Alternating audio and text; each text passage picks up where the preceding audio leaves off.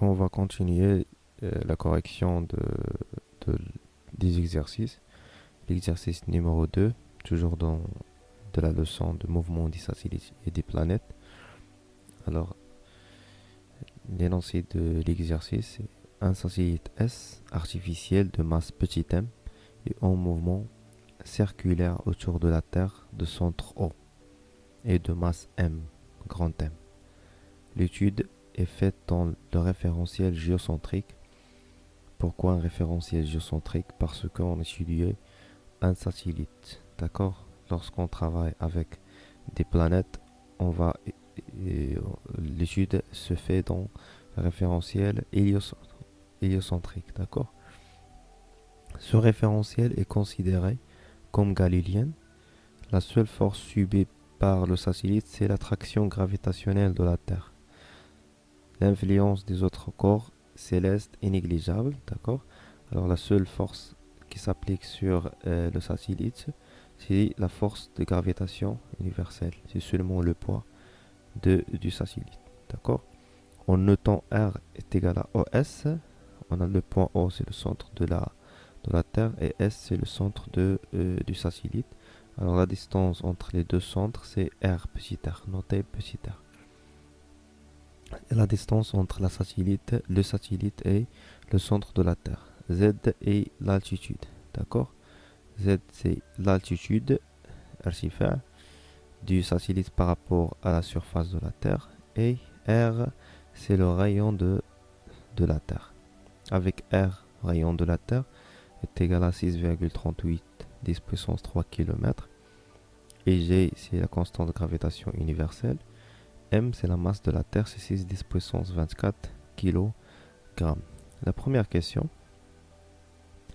sachant que la force d'attraction universelle est égale au poids, d'accord, du satellite dans le champ de pesanteur terrestre, montrez que l'expression de l'intensité du champ de pesanteur terrestre à la hauteur Z est égale et G est égal à Gm sur R plus Z le tout au carré. D'accord? Puis, on déduire l'expression de G0, champ de pesanteur terrestre à la surface de la Terre. C'est clair? La deuxième question, seulement l'application numérique. On va calculer la valeur de G0. La troisième question, on va trouver la relation qu'il y a entre G et G0, R et Z. D'accord? Et la quatrième question, montrer que la satellite a un mouvement circulaire uniforme et déduire l'expression de sa vitesse. La question 4, c'est la même question qui est dans le premier exercice. Et cinquième question, déduire la troisième loi de Kepler. La troisième loi de Kepler, c'est T au carré sur A à la puissance 3 est égal à une constante. La sixième question, c'est calculer la vitesse du satellite et sa période à l'altitude Z est égale à 40-3 km. La septième question, les satellites les satellites géostationnaires, comme leur nom l'indique, ces satellites sont fixés par rapport à la Terre.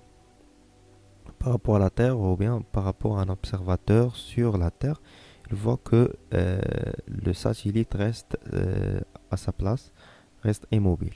D'accord? Pour que ce soit le cas, il faut qu'il décrive un mouvement circulaire uniforme dans un plan perpendiculaire à l'axe des pôles terrestres, les pôles nord et le pôle sud. Il y a des critères ou bien des conditions. La première condition, il évolue donc dans un plan contenant l'équateur. C'est-à-dire, il va évoluer dans le plan de l'équateur. Et deuxième condition, qu'il tourne dans le même sens que la Terre autour de l'axe de ses pôles. La troisième condition, leur période de révolution soit exactement égale à la période de rotation de la Terre autour de l'axe de ses pôles. 24 heures à peu près, on verra. La question, c'est calculer l'altitude h à laquelle le satellite doit se situer pour satisfaire ces dernières conditions, c'est-à-dire pour que la période est égale à 24 heures. D'accord? Bon, on passe à la correction. Voilà, la première question, c'est montrer à l'expression de l'intensité du champ de pesanteur est égale à G est égal à GMS sur R plus Z au carré. Alors, la force de gravitation universelle terrestre est, on sait bien d'après la loi de traction, la loi de Newton de la traction universelle, c'est F de TS, c'est-à-dire la Terre, la force appliquée par la Terre sur le satellite, et Gm fois petit m, la masse de la Terre, fois la masse du satellite sur R au carré. R, c'est la distance qui sépare les deux centres. Suivant UST, UST c'est la normale N. C'est Gm fois petit m sur R au carré suivant N. Et on sait bien que est égal au poids du satellite. Le poids du satellite, c'est P est égal à mg. D'accord? Alors, on va faire l'égalité des deux expressions des deux forces. C'est-à-dire P est égal à FTS. C'est-à-dire mg est égal à Gm fois m sur R au carré. On va simplifier par petit m. Et on trouve G est égal à Gm sur R carré suivant n. D'accord? On a trouvé l'expression de G. Alors, le module de G, c'est Gm sur R au carré. D'accord? D'après la figure, on peut déduire que R, la distance qui sépare le centre de la Terre et le centre du satellite, est égal à R plus Z plus R plus Z, pardon, c'est pas H ici, c'est Z plus R. Le rayon de la Terre, c'est le rayon de la Terre, plus c'est R plus Z. D'accord? C'est R plus Z. C'est clair?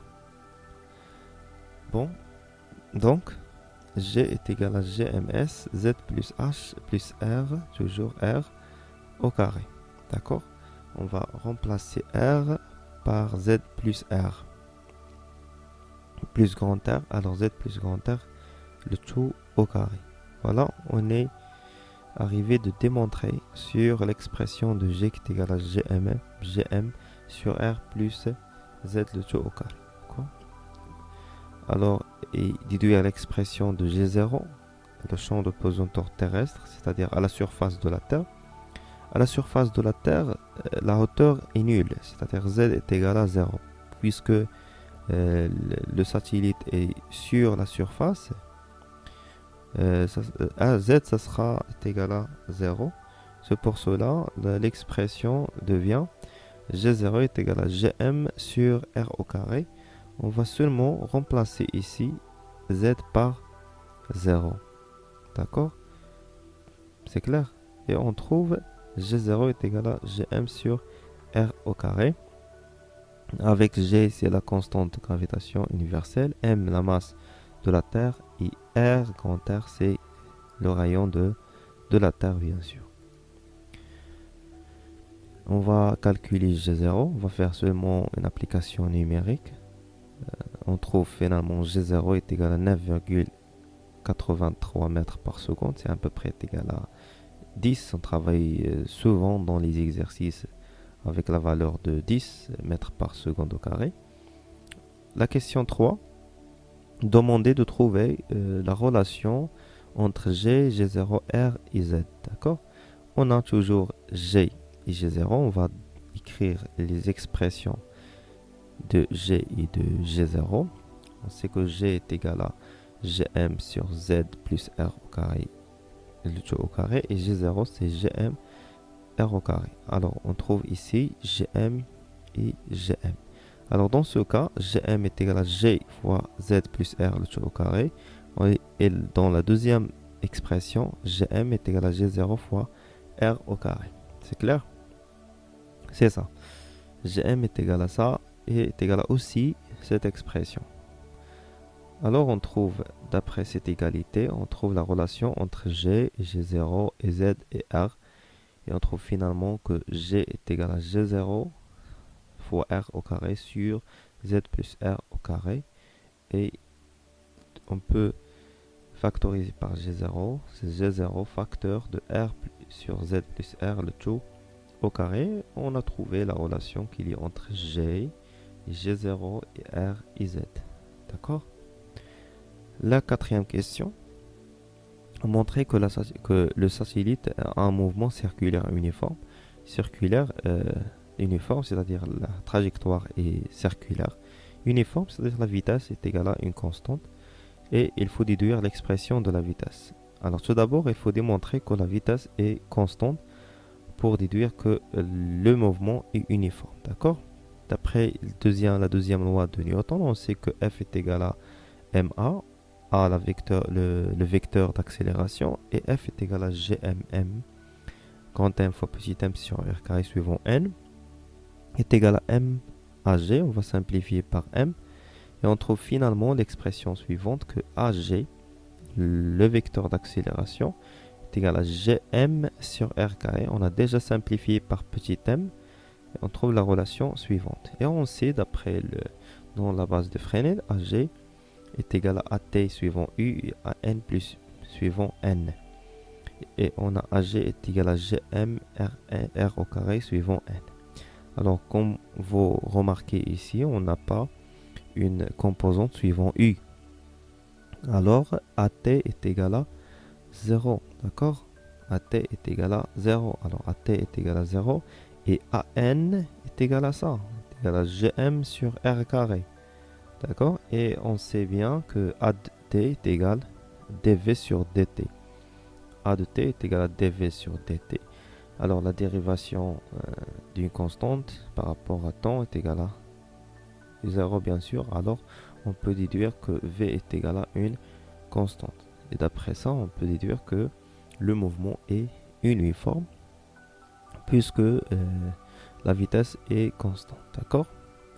Alors, on a AN est égal à GM sur R carré est égal à aussi V au carré sur R. D'accord? Et la question demandait l'expression de V, de la vitesse. D'accord? Alors, on va simplifier par R. Des deux côtés, on trouve finalement R est égal à GM sur V au carré est égal à une constante.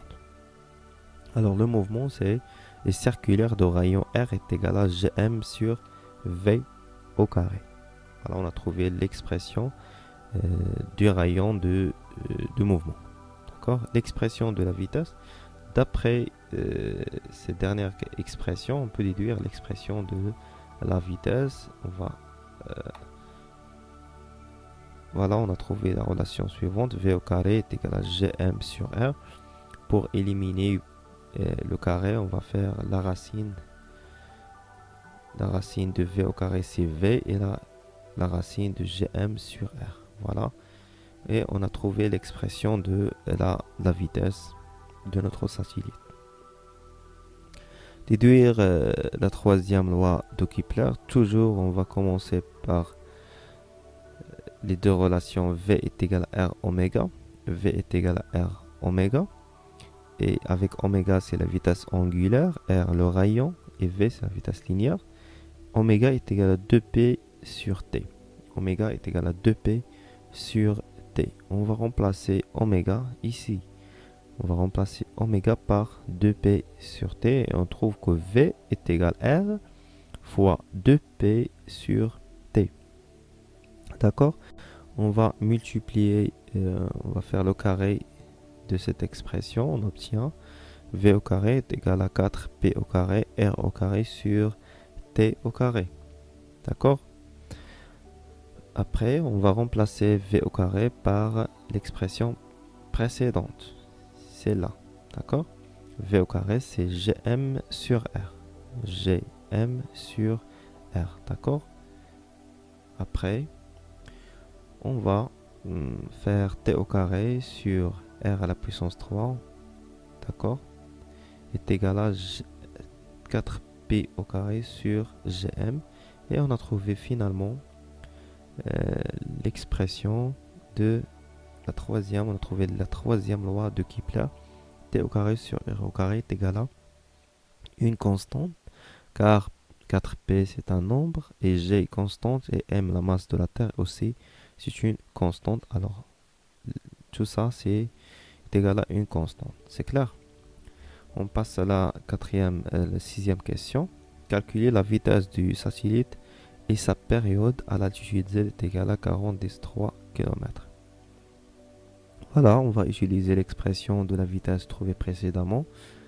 Alors, on a déjà la racine V est égale à la racine de Gm sur Z plus R. R, c'est le rayon de la Terre. Et Z, déjà donné c'est 40 10 puissance 3 km. G, c'est la constante de gravitation universelle. Et M, c'est la masse de la Terre. Il suffit de faire une application numérique. On trouve finalement que V est égal à 2937,47 mètres par seconde, ou bien c'est 2,94 10 puissance 3 mètres par seconde.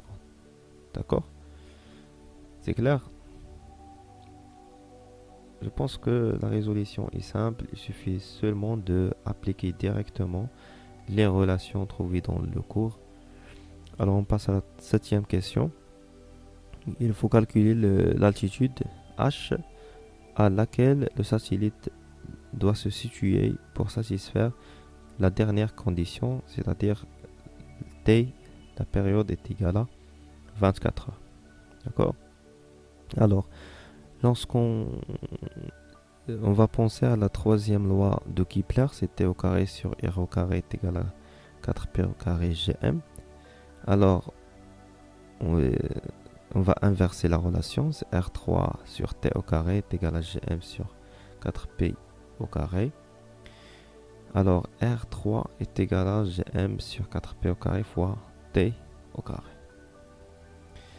R c'est la racine de 3. Gm sur 4P au carré T au carré. Et on va remplacer R par l'expression précédente, c'est R, le rayon de la Terre, plus l'altitude, plus Z. Z c'est H, d'accord? Alors on trouve Z est égal à la racine 3 de Gm sur 4P au carré T au carré moins R. Alors T c'est 24 heures, R le rayon de la Terre, G déjà donné, et M la masse de la Terre, 4P au carré donné, d'accord? Alors il suffit de faire une application numérique pour trouver l'altitude 35 917,5 km. C'est la hauteur pour laquelle le satellite avoir la même période de la Terre. D'accord? Bon, merci pour votre attention et au revoir.